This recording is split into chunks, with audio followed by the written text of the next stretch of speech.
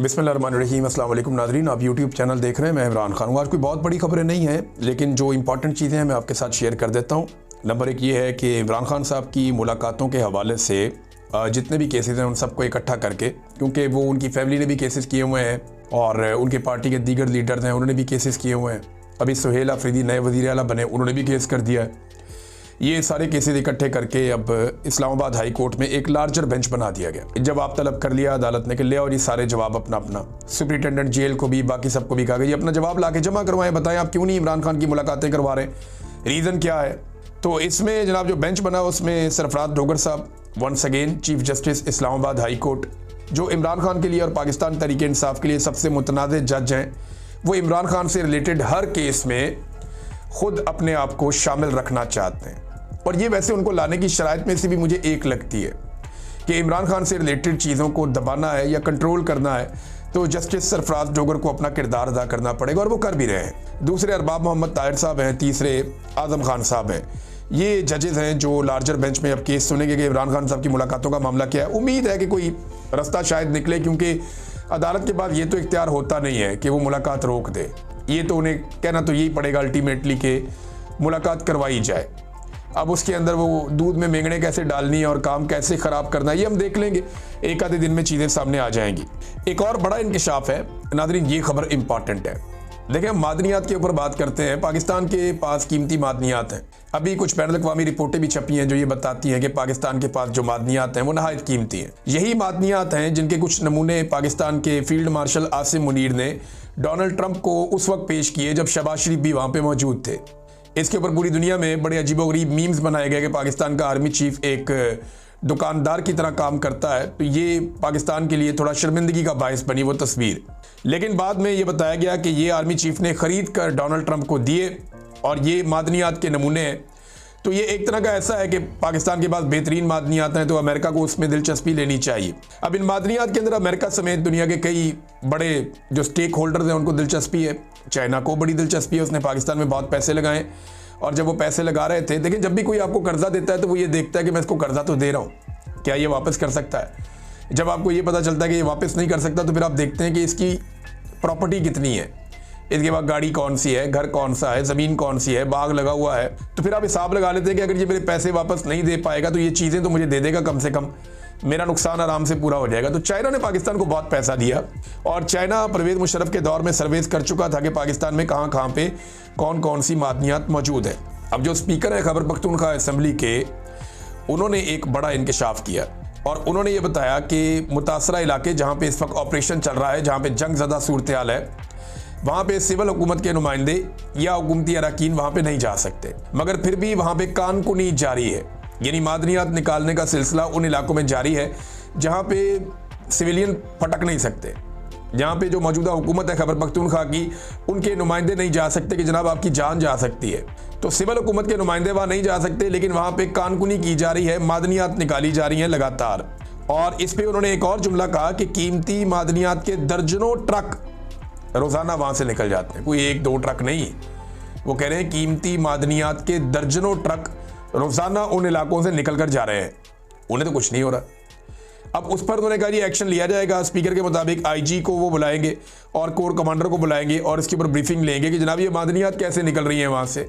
और मादनियात निकालने के ऊपर खैबर पख्तूनख्वा की हुकूमत को एक पॉलिसी बनानी चाहिए, सारी चीज़ों को रिव्यू करना चाहिए कि मादनियात कौन सी निकल रही हैं, किस ठेके के तहत निकल रही हैं, किस कानून के तहत निकल रही हैं और किसको जा रही हैं, और उसमें खैबर पख्तूनख्वा को या वहाँ के जो मकामी अफराद हैं उनको क्या हिस्सा मिल रहा है।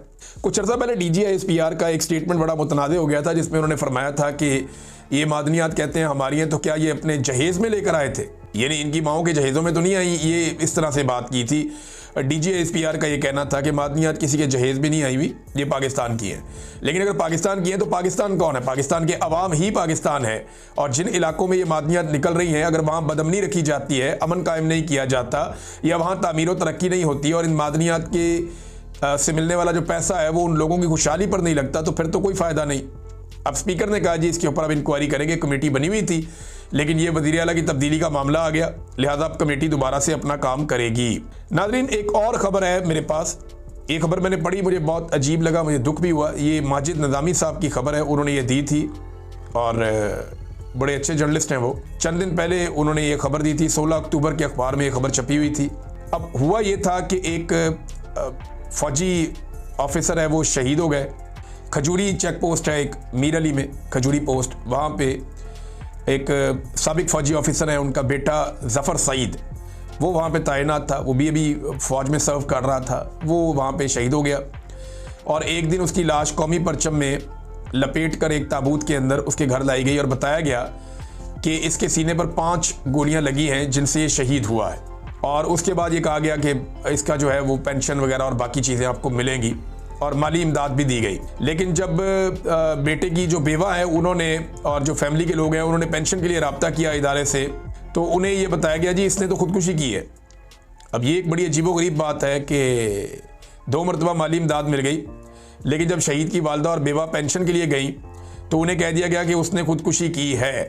अब मुझे समझ नहीं आ रही कि ये कैसे हो सकता है कि एक आदमी अपने सीने में 5 गोलियां मार के खुदकुशी कर ले। मेरे जहन में जो सादा सवाल आता है वो ये आता है, खुदकुशी तो अगर किसी ने गन से करनी है तो पिस्टल सर में रख के मार लेते हैं गोली, या नीचे रख के मार लेते हैं गोली। मैंने तो ये देखा है और केसेस में भी ये देखा है कि या तो लोग नीचे से मार लेते हैं या सर में मार देते हैं नॉर्मली गोली, और वो खुदकुशी हो जाती है। सीने के अंदर 5 गोलियां कोई आदमी कैसे मार सकता है खुदकुशी में?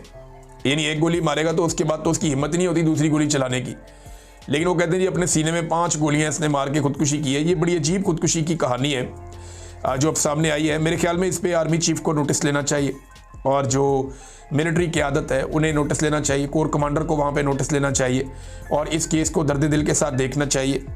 अगर तो ये नौजवान शहीद हुआ है तो वो हक़ाइक़ सामने रखे जाएँ, और अगर कोई और वाक़या है तो फिर पूरी बात बताई जाए कि गोली कहाँ लगी और क्या हुआ। इस तरह की चीज़ों से कि पहले आप कौमी परचम में लपेट कर ले आएँ और इमदाद भी करें और वहाँ पे अफसोस भी करें और शहीद का दर्जा दें और बाद में आप कहें ये खुदकुशी थी, तो इससे बददिली पैदा होती है ना सिर्फ नौजवानों में बल्कि उनकी फैमिलीज़ के अंदर भी।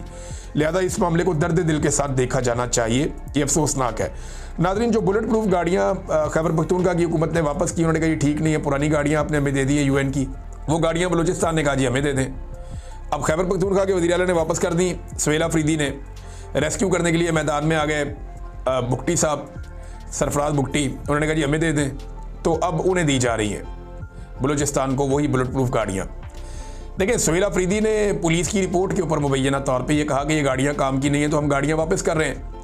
लेकिन मेरी ज़ाती राय में सुहेल अफरीदी को इनकी टेक्निकल सिचुएशन गाड़ियों की और इनकी वीडियोस और इनके जो प्रॉब्लम्स हैं वो सामने रखने चाहिए थे और मीडिया को हक़ाइक़ बताने चाहिए थे कि जनाब ये गाड़ियाँ इन वजूहात की बिना पर वापस की गई हैं। अब जब ये गाड़ी चलेगी तब तक प्रोपेगेंडा किया जाएगा, देखिए जी गाड़ी चल रही है, चाहे जितने मर्जी इसके ऊपर पैसे लगते रहें। फिर दूसरा ये है कि अगर खैबर पख्तूनख्वा में पुलिस वालों के साथ कोई भी इंसिडेंट होता है तो बाद में ये कहा जाएगा कि अगर सुहेल अफरीदी गाड़ियाँ वापस ना करता बुलेट प्रूफ वाली तो ये इंसिडेंट ना होता। तो फौरी तौर पे बुलेट प्रूफ गाड़ियों का बंदोबस्त करना सूबाई हुकूमत की जिम्मेदारी है, फेडरल हुकूमत को भी इसमें अपना हिस्सा डालना चाहिए। अब तक के लिए इतना ही, अपना ख्याल रखिएगा, अपने इस चैनल का भी। अल्लाह।